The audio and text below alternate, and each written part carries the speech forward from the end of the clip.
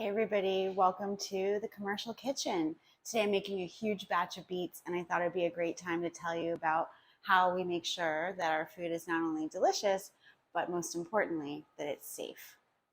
My name's Ruby and I share what life is like on our little farm in Southern Virginia. So today we're in the Commercial Kitchen and we're doing a huge batch of beets. I would love to show you what that looks like behind the scenes. So I've got all my ingredients and all my tools and about a million jars all ready to go. So we've just gotten our stuff moved into the kitchen space that we rent, and now I'm about to get myself ready to make this batch. So first things first, safety is a primary concern always when you're dealing with food, and one of the things we never want to get into food is hair. So if you guys have seen me before, you know I've got a lot of hair, so I always come to the kitchen with it in a braid. That's still not quite enough. So I'll show you my little routine here. I'm gonna smooth it back into a really tight bun. My fellow Gen X and older millennials will recognize the scrunchie. They are making a comeback. Even that is not quite enough. So we add the most stylish component of my wardrobe for today, which is a hairnet. So we're gonna put that on, tuck in all the little wispies,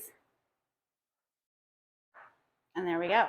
If you followed along with our behind the scenes videos in the past, you may recognize our binder. That's got my list of things to pack for the kitchen on the front. And then this is where we track batch numbers for every single batch that we make and every single batch that we sell. And that's to make sure that if anything ever were to go wrong, we could track down those products and let our customers know. So this binder is basically the most important thing that keeps track of everything so we can ensure that all of our products are perfectly safe. During and after production, we keep records of important factors like the temperature of the goodies when they come out of the canner and the pH of the goodies to make sure that they are perfectly safe and shelf stable for you. And all of that lives in the binder. One of the most important things about food safety is hand washing. So every commercial kitchen will have a special sink that is just for washing your hands. So this is the hand washing sink. And then back here you can see the 3-well sink. So that is for washing and sanitizing dishes or washing produce. We're not washing our hands in the big sink, we're washing our hands in the little sink. Hot water, soap, paper towels. May seem like a really small thing, but it's actually a really big deal for food safety. I sped this up, but you're going to spend about 30 seconds washing your hands front and back, under the fingernails, getting your wrists, getting really, really good in between your fingers and everything clean. Now every kitchen is going to be different. In this particular kitchen, we have our own room where we rent to do all of the prep, and then we use the stovetop in the big kitchen at Silver Makers Market here. So I have my trusty little cart. We've got our beets all ready to get cooked and a canner pot all ready to get heated up. So I'm going to roll this into the other room and we'll get started. One of the things I love about the commercial kitchen is it has an enormous stovetop that can accommodate all of these enormous pots. This right here is the beets, so they get cooked before they get pickled. This one is the brine, so it includes some vinegar, some organic coconut palm sugar, some of the water from cooking the beets, and of course some salt.